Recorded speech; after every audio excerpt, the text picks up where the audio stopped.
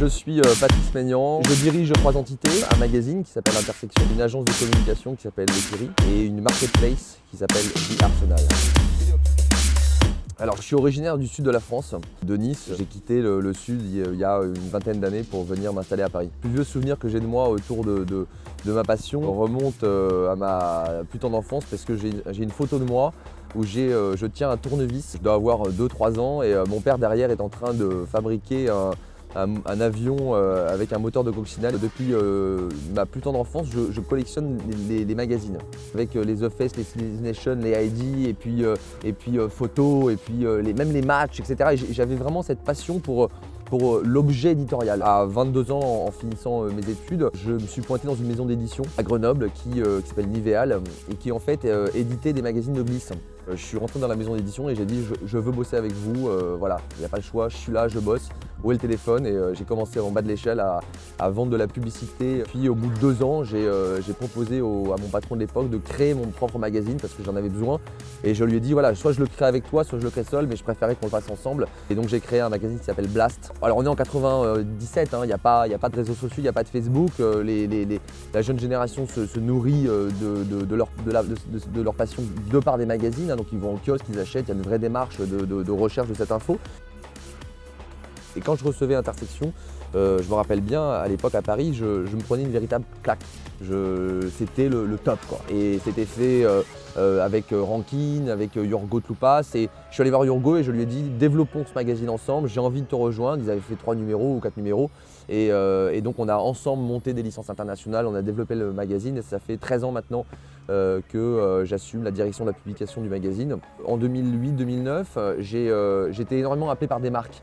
Comme ce que je faisais, c'était un peu extravagant. On plongeait des voitures dans des piscines, on accrochait des Fiat 500 sous des hélicoptères, on faisait des reveals de voitures, de la Peugeot RCZ sous des téléphériques. Et donc les marques faisaient de plus en plus appel à moi pour avoir des services très larges, du consulting, de la production, des événementiels, de la stratégie.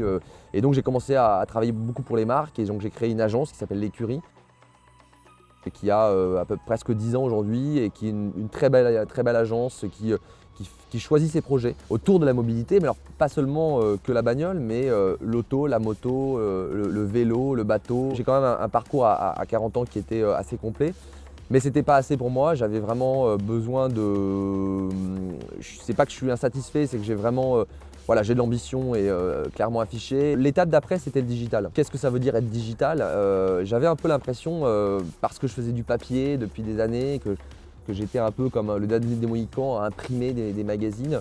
J'avais besoin de me digitaliser et j'avais besoin de faire une aventure plus web. Une start-up, ça marche quand elle répond à une problématique. De recherche, de bouffe, il faut répondre à une problématique.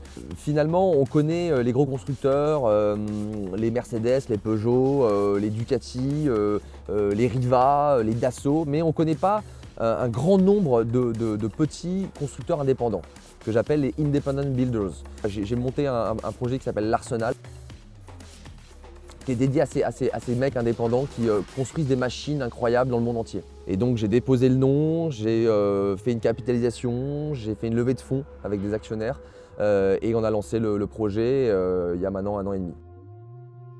Finalement, ce que les gens viennent chercher chez moi, c'est ça, c'est une sorte de parenthèse créative. Les indices de jugement de mon travail sont très subjectifs. Lorsqu'on fait une production, on emmène nos clients avec nous, on est très participatif, on donne un peu de plaisir, un peu de liberté. C'est drôle parce que je pars en Californie en juin pour quelques temps. Je pense que la Californie aujourd'hui fait partie de ces épicentres de création technologique. Les prochains challenges sont clairement les nouvelles méthodes de déplacement avec Hyperloop, avec SpaceX.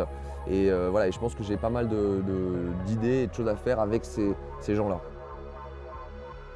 L'idée, c'est d'être la fédération et la marketplace des indépendants de la mobilité. Donc si tu veux que ces gens te suivent et adhèrent à ton projet, d'abord il faut avoir de la crédibilité. Je l'avais de par tout ce que j'ai fait avant, mais j'ai dû concevoir une enveloppe qui assoit le projet. Donc on a, avec l'équipe, lancé un livre très froid, très rigide, très noir, très minimal, avec une couverture en alcantara, une sorte de bible de la mobilité et qu'on a financé et qu'on a envoyé à tous ces jeunes industriels.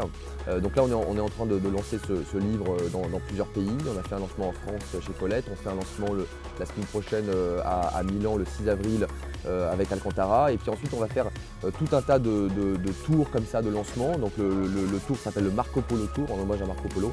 Et donc on va aller dans quasiment une dizaine de villes dans le monde, faire un petit lancement assez humble du livre pour aller à la rencontre de notre cible. Tous les jours, quelqu'un doit poser un post-it à l'entrée du bureau avec une catchline. Et celle de ce matin était pas mal, c'est If you can't make it, fake it. Merci beaucoup. Super.